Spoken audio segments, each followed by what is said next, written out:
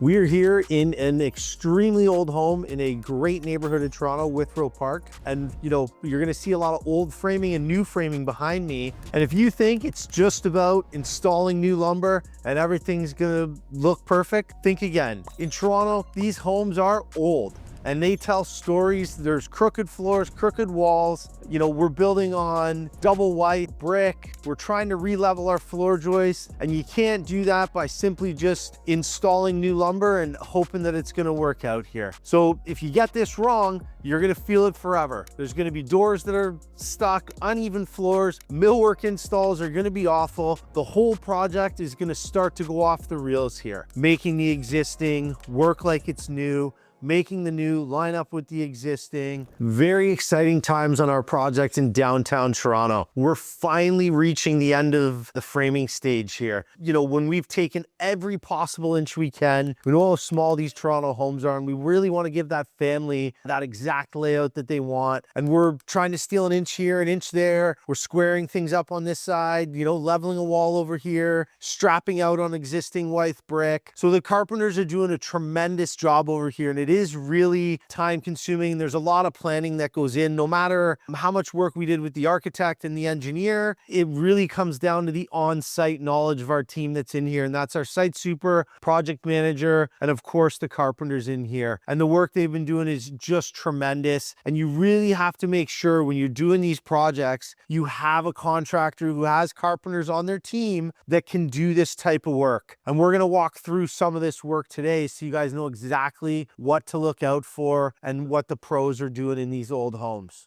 My opinion on it, if your builder doesn't know this, or he says it is what it is, or hey, that's original, it's existing, you need to get out of there right away. Because framing in a 100-year-old structure, it's not something you want to do wrong, and it's not something you want to regret later. These homes were not built with the same standards and the same methods that we're using today. Your walls are going to be crooked, you're going to be at a square, and aligning that structure and making sure all of the load capacity, everything's level, everything lines up, because if it doesn't, your millwork, your flooring, your tile work, it's all gonna look pretty bad when we get into looking at the finish of these projects. You really don't want that. If you're gonna spend the money and tear everything out, make that big investment, make sure you're investing in the proper team that can get the carpentry done correctly in these old homes. There's so much going on in them with the old and the new, making the existing work like it's new,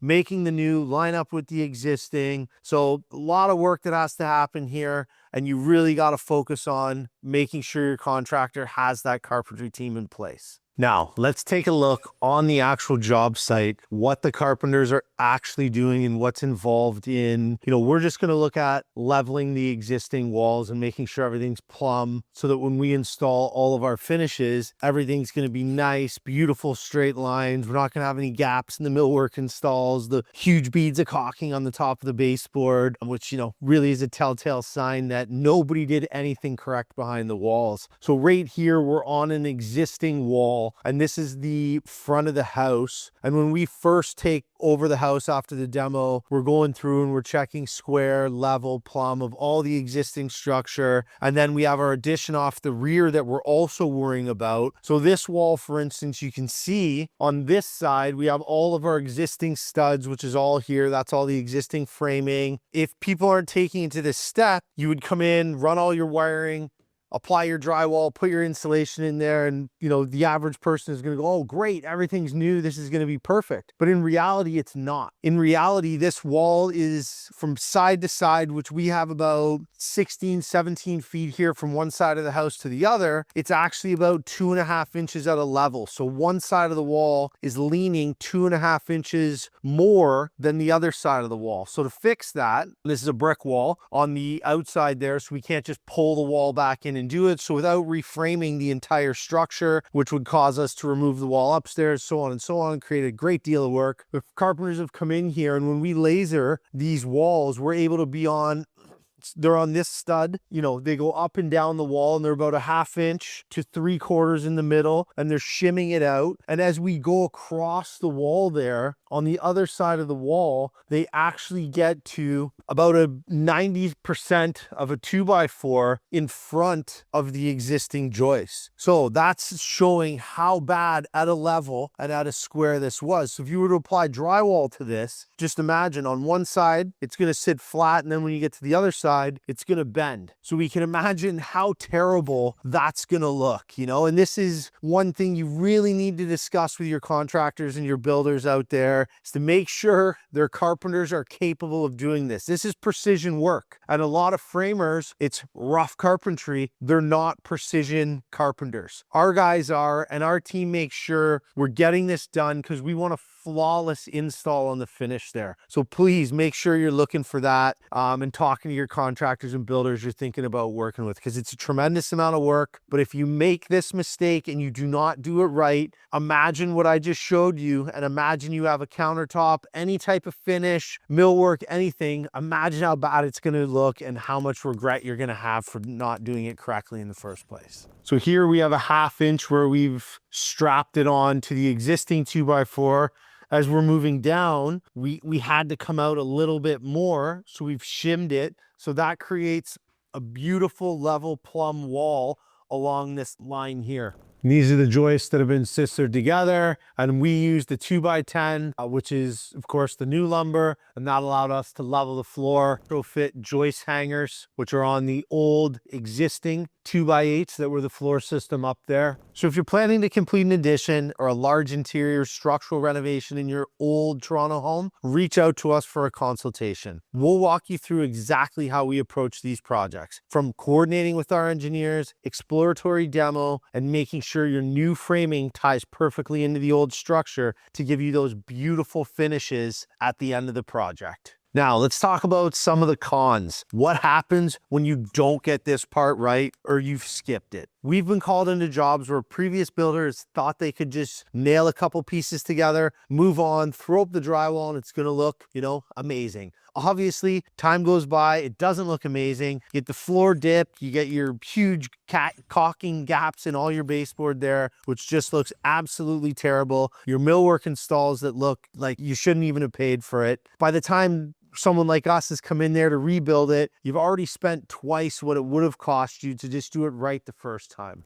So item number 2, when we're talking about framing with the new and the old and bringing it all together as one, is of course the floor joist. And everybody out there has heard of the term sistering. I know you have. It's talked about all the time. And that's what we've done on this particular job site. And what we've actually done is we had existing 2x8s, and that's a real 2x8. And we had an order to sister by a 2x8, and we actually opted to a 2x10. And the reason we did that is because the front of our house from one side to the other was out about 1.5 inches to 1.25 inches on the floor above. So what we did is, when we were structurally supporting everything and going through and putting our steel beams in and doing all that stuff, we knew that we were going to use a bigger piece of lumber for our floor joist, our 2x10s, which allowed us to level the floor upstairs. So we have a perfectly level floor upstairs, and it also allowed us to sister with the 2x8. And again, this is something that comes from, you know, years of experience and really knowing these projects and knowing these houses, which of course makes things run faster on the job site, and you get a better quality product as well, because we're actually leveling the floor as we're sistering, as opposed to trying to level on top or shim underneath the subfloor, which, you know, isn't the best, or it's not our preferred way to do things.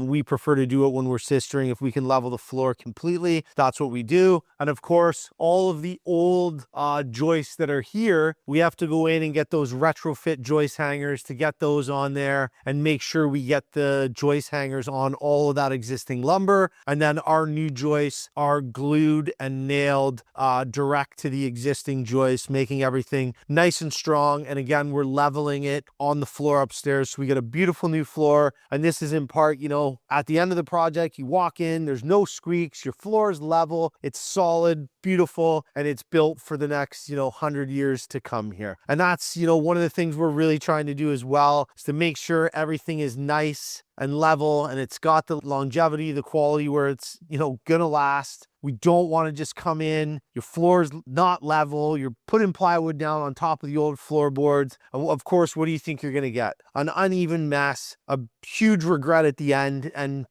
probably that renovation remorse and disappointment at the end of the project. In Toronto, we're working in these homes all the time, and we've got hundreds of these renovations under our belt and years of experience. So we know how to fix these homes and how to make them look brand new. None of your friends, no one who comes in will ever know that the home was existing and is 100 years old. It'll look absolutely perfect for you. So if you're going to take anything away from this, and you're planning that 100-year-old home in Toronto, you really got to start first and foremost with a team who has the experience in these homes. They have the carpenters on their team that can do this crucial, critical work in the beginning phases, because it is going to dictate how your home finishes and ultimately how you enjoy your home. The next piece of advice that I'm going to give here is make sure the architect and engineer that you're working with also have the experience in these older homes in Toronto. If they don't, it's going to be tremendously difficult for them to be able to assess and plan and do the work that you're counting on them to do, to communicate to your builder and the rest of the team on what has to happen on that project.